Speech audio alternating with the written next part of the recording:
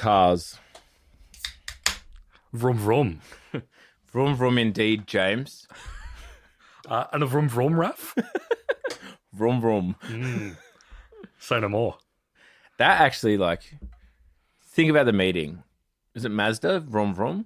Yeah. Think about the meeting in the ad agency where that came out. Vroom vroom. Yeah. Do you think it was like a Friday, 4:45 p.m. They'd been there all day after weeks of kind of like team building and like strategy sessions and planning, and then someone was like, why don't we just fucking do vroom vroom? Or do you think it was kind of like a Mad Men Don Draper pulling like the sheet off the whiteboard and being like, let's get back to basics. Vroom vroom. I can imagine the latter. I can imagine, so in an ad agency, it would have been probably it could have been the creatives. I reckon it was two people and they pitched it internally, and internally everyone's like, I like it. What would have been interesting is, that pitch to the client, to Mazda, from the ad agency. Lean into the wind. I think that, folks. Yeah, I think I can imagine. Forget your aspirations. I can imagine 19 slides before the vroom vroom reveal. Okay, yep. I reckon. A lot of charts being like, history of brand, demographic, research, like a lot leading to bang. Vroom vroom.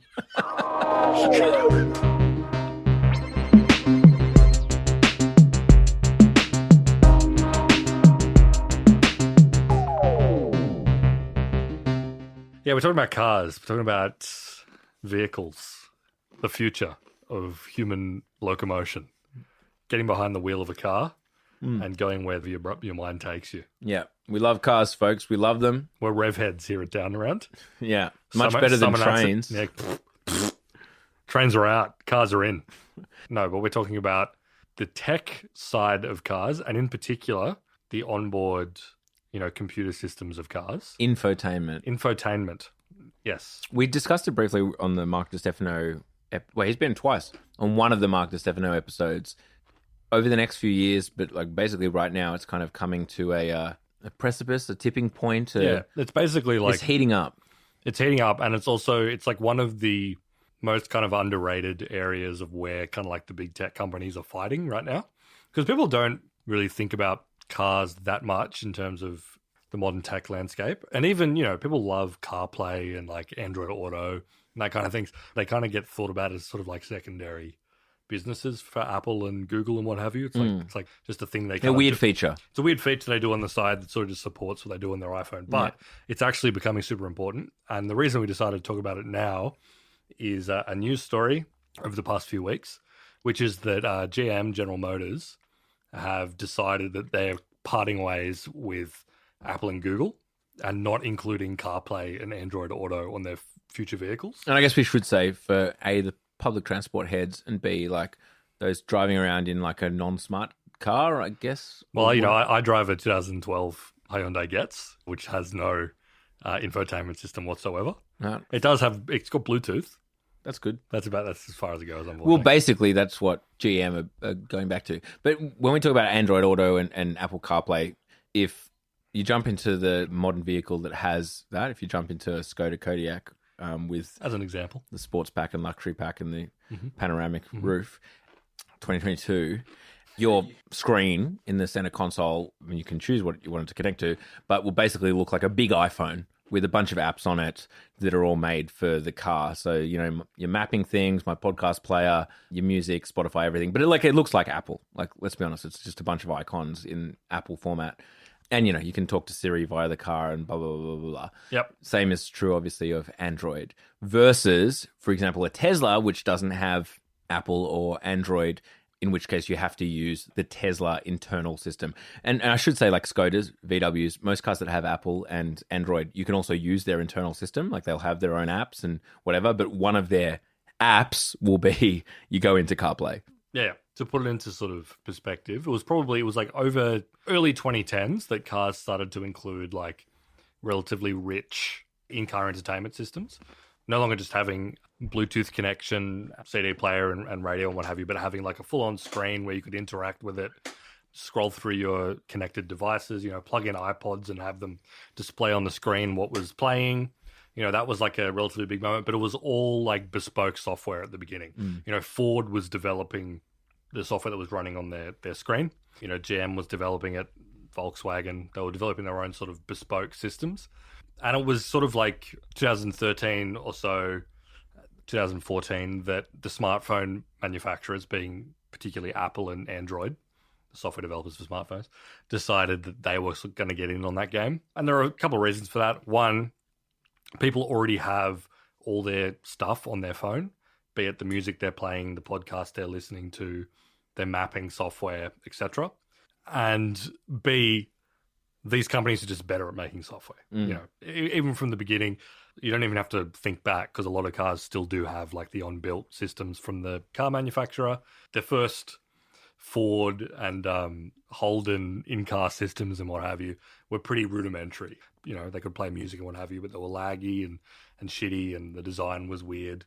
Compare that to like your iPhone, and even like an earlier iPhone, which is a nice sort of slick experience. It was a big deficit. So, there was heaps of room for Apple to say, hey, so you connect to your phone via the cable or via Bluetooth, and then you will have like an Apple experience on your car's entertainment system. Yeah. And the benefit for the, a Ford or a Toyota or whatever was, oh, great, we can worry less about our car systems and making them absolute top spec. Yeah. Because people already have phones, and basically everyone has a smartphone in their pocket. And we don't have to worry about being the absolute best at software design anymore. We can let the boffins in Cupertino for Apple figure that shit out. Or worry about forming relationships with Spotify and all these apps that consumers want to use on their car. Yep. We don't have to make a bespoke push that version. relationship onto Apple. Let Apple do all the advocacy for like all their developers building a car version of the app. Because it's completely, Toyota might be able to convince Spotify to make an app, but they're not going to be able to convince the legion of apps that people use, all the different podcast apps people use, all the different whatever. Yeah, Tidal. Yeah, exactly. Imagine the meetings where Toyota and Tidal. We need to get the Tidal playlists into the latest Camry. And that relationship worked relatively well for a while, the better part of the 2010s. CarPlay got better and better. Android Auto got better and better. And again, car manufacturers were happy to sort of pass that stuff off. As we mentioned before, the outlier there was Tesla. Tesla really popularized the idea of a car that had, if you've been in a Tesla, you'll know they just have that one gigantic tablet in the middle of the dashboard instead of having all the rest of the functions there. And popped off, like intentionally kind of disconnected with the dashboard. Yeah, and just like it's iPad style in your face. All the functions are there. To be honest, I find it kind of like annoying and irritating that everything in a Tesla is done from behind the touchscreen. That's one of the core complaints of the Tesla, is that you can't do basic things with a button. You need to like navigate through menus. Yeah, through menus. Like you can't increase the temperature or whatever. Yeah, you have to swipe like and tap.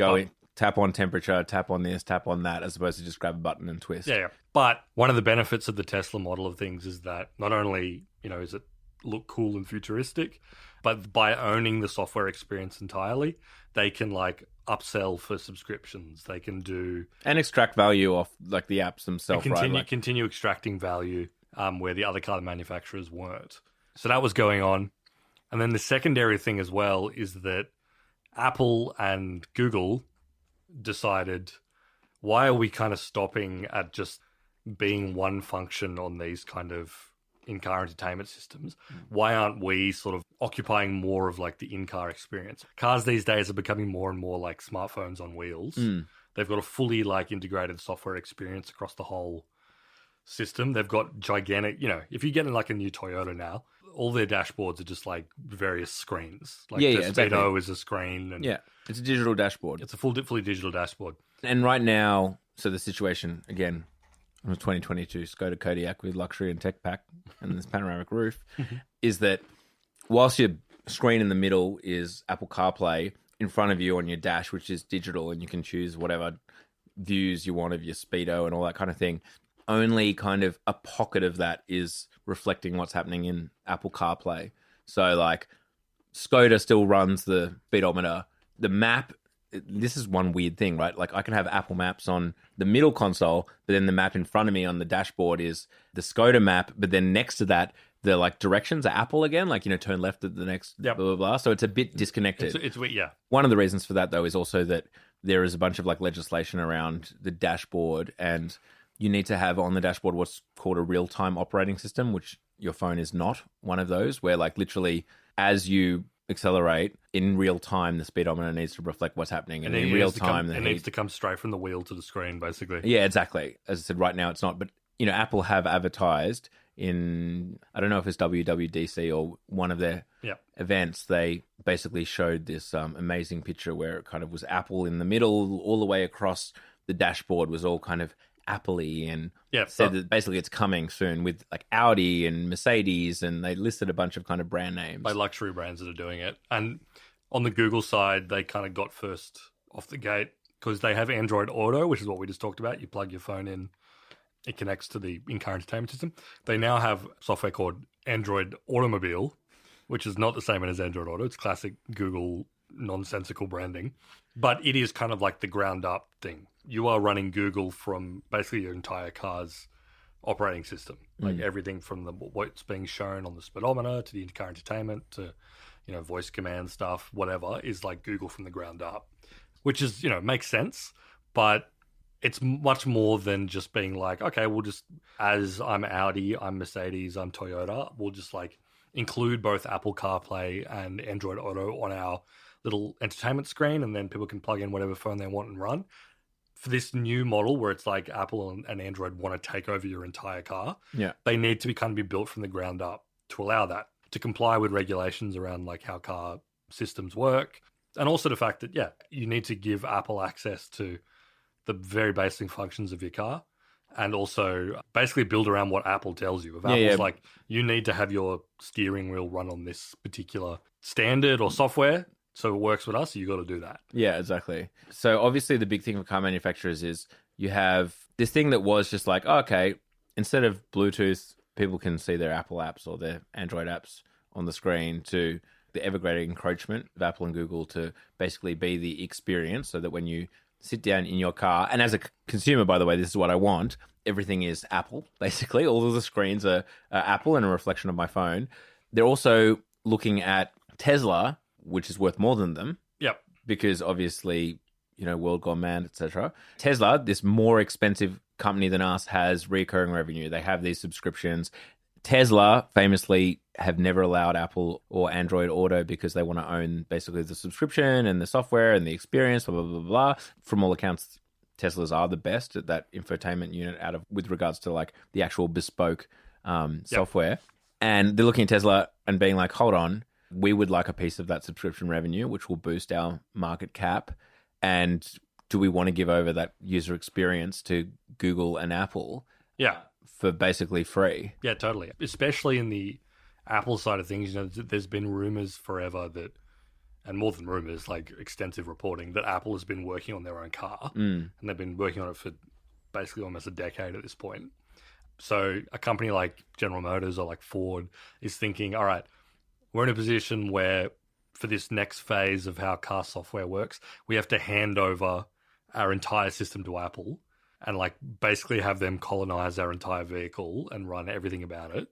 And then they could just come out in a year or two and be like, also, not only does your entire Ford run on our software, but we have our own car as well. And Google obviously have been working on autonomous driving for exactly. ever as well. So, they are potential rivals. So it makes sense that by the book, it makes sense that GM would come out and say, we are no longer going to support Apple and Android in their EVs. To be specific, they've said like in their EVs. And I think that they're kind of leaning on that because they have precedent of like Tesla and Rivian and whatever. Like a lot of the brand new EV companies don't allow it for the reasons we've mentioned. So they can kind of be like, our petrol cars are going to have it, but like our EVs won't. And are projecting forward revenue of $28 billion by 2030 from subscription revenue. Sounds awesome, doesn't it? We're going to have our own in-car entertainment system that the users are going to pay a subscription to use. Yeah. That's the idea. Yeah, totally. Does any of this sound good for the consumer? I can answer that. No, it sounds fucking horrible. Yeah, exactly. And you can see how important the long-term planning is for them, because when they announced we're not going to do CarPlay and Android Auto anymore, the response was like universally furious at General Motors. Like everyone hated it because people they think it's a good product. They like having their phone reflected on their little screen. They like the connectivity, and why wouldn't they? No, why wouldn't you? You want to get in your car and it just automatically opens like the same interface that you're used to with all the same apps that you're used to. If I'm doing something on my phone, if I've just looked something up on maps on my phone, it appears on my screen. Yeah. Also, it gets to know, they're smarter than, I mean, this is a big point. We can get to this in a second, but like it knows that I drop the kids at daycare on, these days at this time. And so it just automatically takes me to that route. It knows that what days I go to golf and blah, blah, blah, blah. Like your phone knows that. Then you have a car manufacturer, which, I mean, anyone who's gotten a car would know. Well, car timelines are long, right? Like what they're designing the car that will hit the factory line. Like it takes 5 years for a car to be designed and then hit the factory line. So when we're talking about the hardware to run the infotainment system, they're shithouse. Anyone you can get in a new car, good new cars as well, it's going to be laggy. They're like the interface, like it's dog shit. They're all dog shit. When I was in the States, I was in like a top of the line, brand new like Ford F-150 Raptor, those gigantic child murdering machines that are full. The American roads are full of. It's got this gigantic tablet in the middle of the dashboard, which is like their in-car entertainment thing, completely abiding by the logic of like beer is better.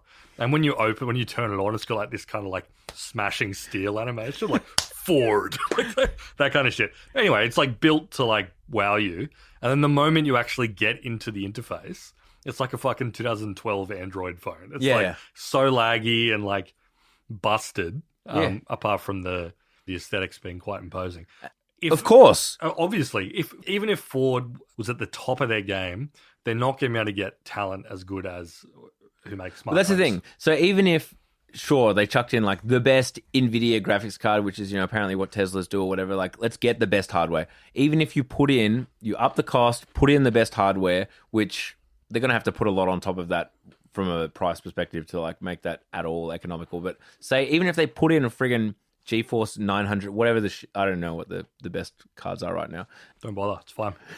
9600, I'm going to say, is definitely the best graphics card you can get right now. GT 9000. GT 9600, yep. That's the one. Even if you chucked 4 of those bad boys in that, they're software engineers.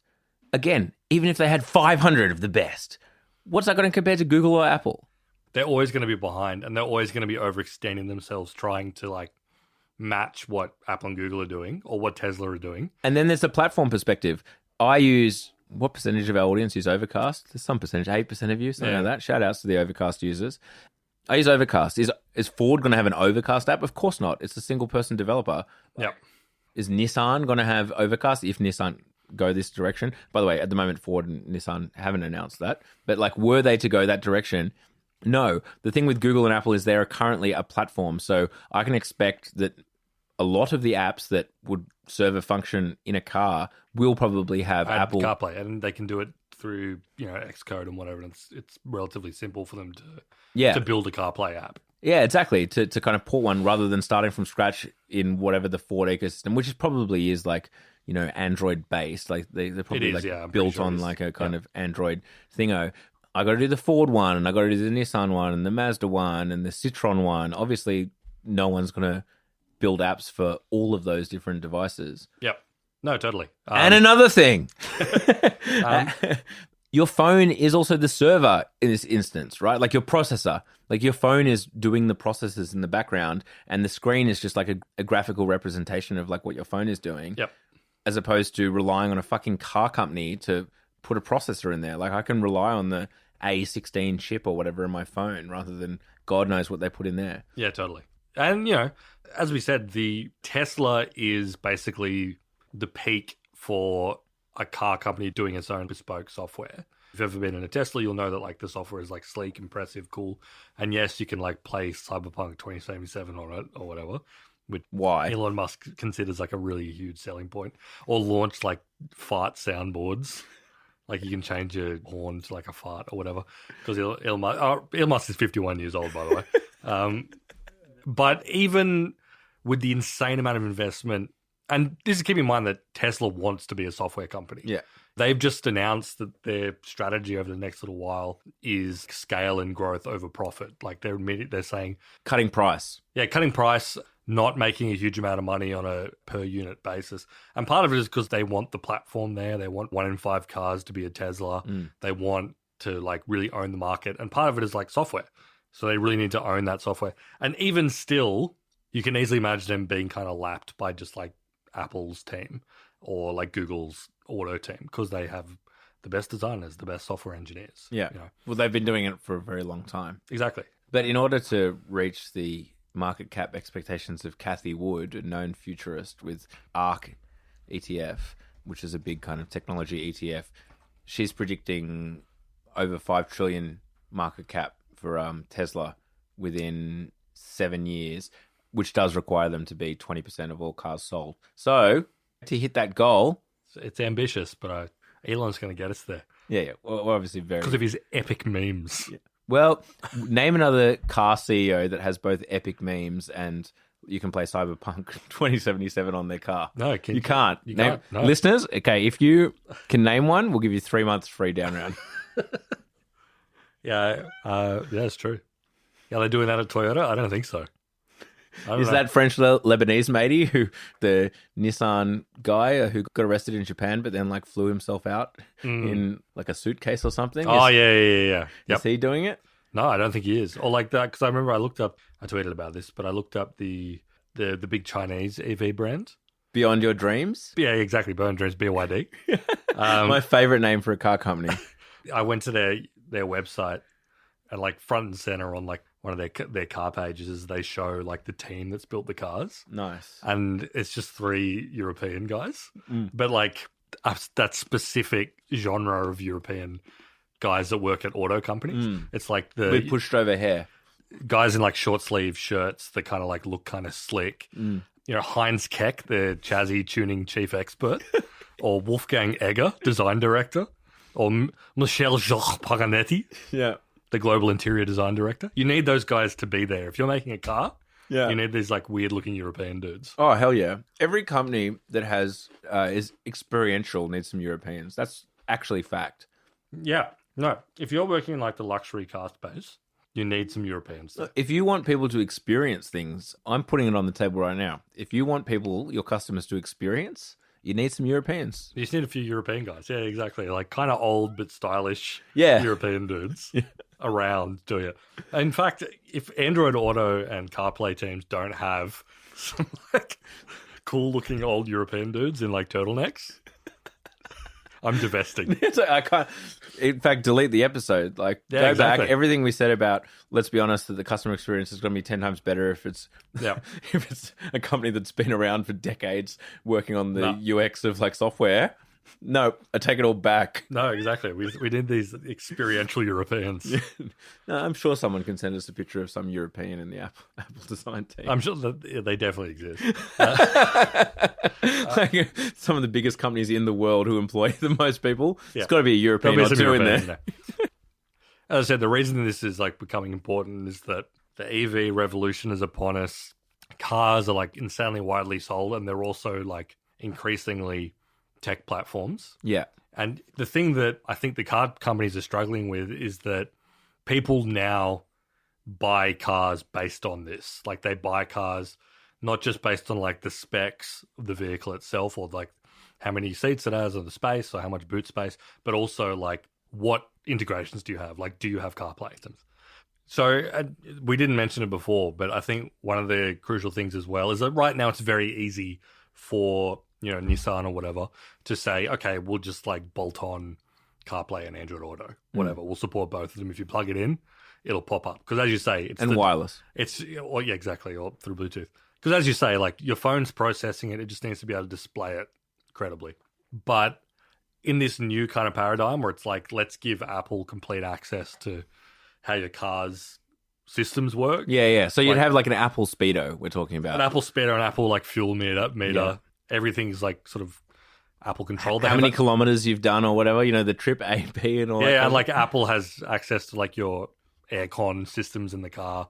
In this sort of like new paradigm where they're giving that kind of access, it's going to become exponentially harder to allow both Apple and Android the same levels of access. So we'll definitely get into a kind of situation where a car company will, like, say it's Mercedes, will be like, we're kind of an Apple brand. We have to be, because we're giving Apple we're building our cars completely with Apple CarPlay in mind to control our systems.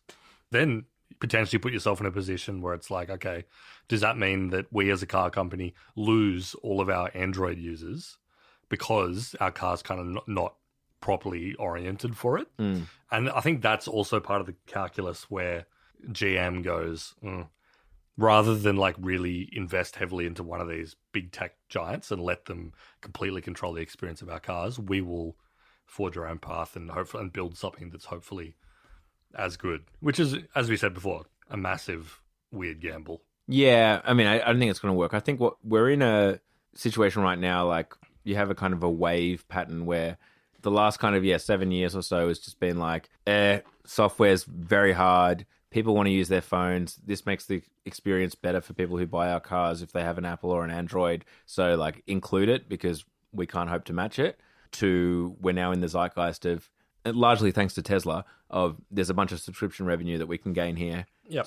We need to own this. We need to develop it ourselves and develop our own platform and ecosystem. And we can forward project all of these revenues because we have all these subscription services. And to touch on that for a little bit, a few months ago, there was the big scandal about like BMW. I mean, this is kind of like a constant thing in the kind of auto tech world. The latest one was BMW charging for heated seats as a subscription update. Yeah. Your car comes with, obviously, the hardware for a heated seat, which, to be frank, is not very expensive, like some kind of coils in all of the seats. But in order to use it, to heat your seats, you had to pay an ongoing monthly subscription for the heated seats. Tesla is notorious for this. Like, in order to enable, I don't know, turbo boost or some bullshit or whatever. You got to pay that, yeah. It's like an annual, really expensive subscription. Or is it just an extra, whatever, $5,000 or $8,000 on top in order to enable this thing that's actually already in your car? And obviously, there's like a history of cars generally, like for decades and decades, having all sorts of weird add-ons and whatever that they've kind of just built on into the software realm, even though I don't think consumers in like basically any other bit of hardware would accept that. Like, you're obviously not going to accept unlocking a software feature on an iPhone through an annual feature, like an annual payment or like a one-off $10,000 payment. But no, although I think that we kind of do in the software world, it just doesn't feel like it. You know, if you download a version of whatever, like Ableton's music software or whatever, the basic tier, all the other features exist, but you're only able to like access a bunch of them. And then by paying more, they magically open up. But like the software is actually the same software. It's just kind of unlocking it. Yeah, it just feels weirder though, because it's like, okay, I've got the BMW, like the heating is in the seat. Yeah, well, exactly. Like the coils are built into the seat. Like they're already there. The expense has been paid by you. Exactly. There's no additional cost for you for serving this, as opposed to like paying a fee for some sort of cloud service where you're using someone's servers or ongoing support. These things, it's literally just like the hardware is there. Let me use it on this thing that I ostensibly own. It feels like it's been taken from you. I guess that's the difference, right? Like if I'm in a car that has the heated coils and the turbo boost, it's in the car. I've got it in here. Yeah. Now it's just sitting here redundantly doing nothing. Yeah. Yeah. It feels like it's being taken away from me. Yeah. At least like the thing that I think makes Tesla successful, apart from the fact that, you know, they have like a legion of insane fanboys who love everything they do, is the fact of like the clubbiness kind of aspect. Do you want to be part of this full self-driving, which is like the cutting edge of human endeavor? Just $15,000 and we'll bring you in on it, you know? Whereas like Ableton might be more difficult for them to make that pitch. Well, it just feels different with software. If you buy the basic tier, you don't recognize that you've actually already downloaded all of the other features. Like it doesn't feel like it, right? No, totally. It feels like you've downloaded the starter version. And it's not like if you buy a video game, most of the time these days, like the DLC is already included. It's just not activated or whatever. That seems fine, but again, it's the coils. The coils are in your seat, brother. Yeah. Like, you know. But yeah, as part of the wave, though, as I said, I can see the next, because car stuff moves slowly, 5 to 7 years. The manufacturers are all going to want to own the infotainment, own the experience, and you can see the justification. We want the subscription revenue. We want the vibe thing. We want people to get in Mercedes, in particular luxury, like, and get a Mercedes vibe. But every brand is able to say that. We want it to be a Ford vibe. We want it to be a Chrysler vibe. Yeah. Whatever it is. But after a few years realizing, A, how hard it is, B, how much shitter the experience actually is, C, a bunch of companies not doing it. Like, I'm sure there'll be a bunch of companies that Hyundai or whatever are like, we're just going to keep including Android and Apple, and people kind of gravitating towards those because they know it's going to be a better experience.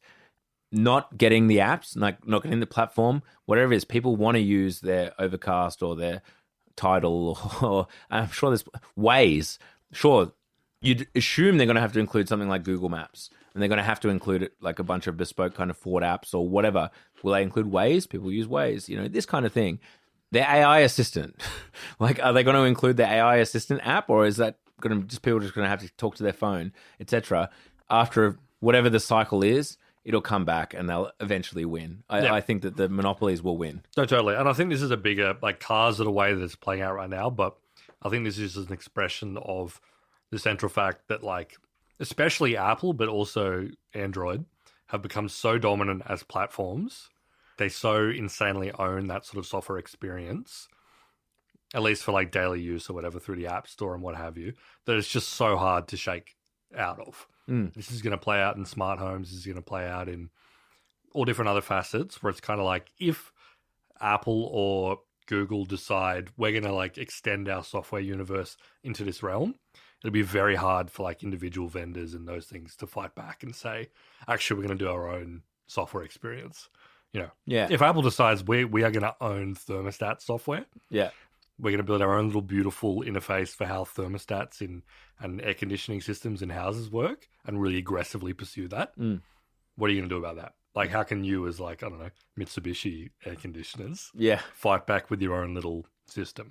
You're not gonna. And my replica, like, if I'm talking to my replica at home, I expect them to be in my car next to me, like talking to me. Like, they're at my work, with me in my pocket everywhere I go. I don't want to jump into a car and all of a sudden they're not there. I need my Apple CarPlay in order to have the replica right there on the screen. Talking to your weird little AI sex friend. Yeah. Yep. No, that's fair enough. No, why would you want to spend 5 minutes of your day not talking to them?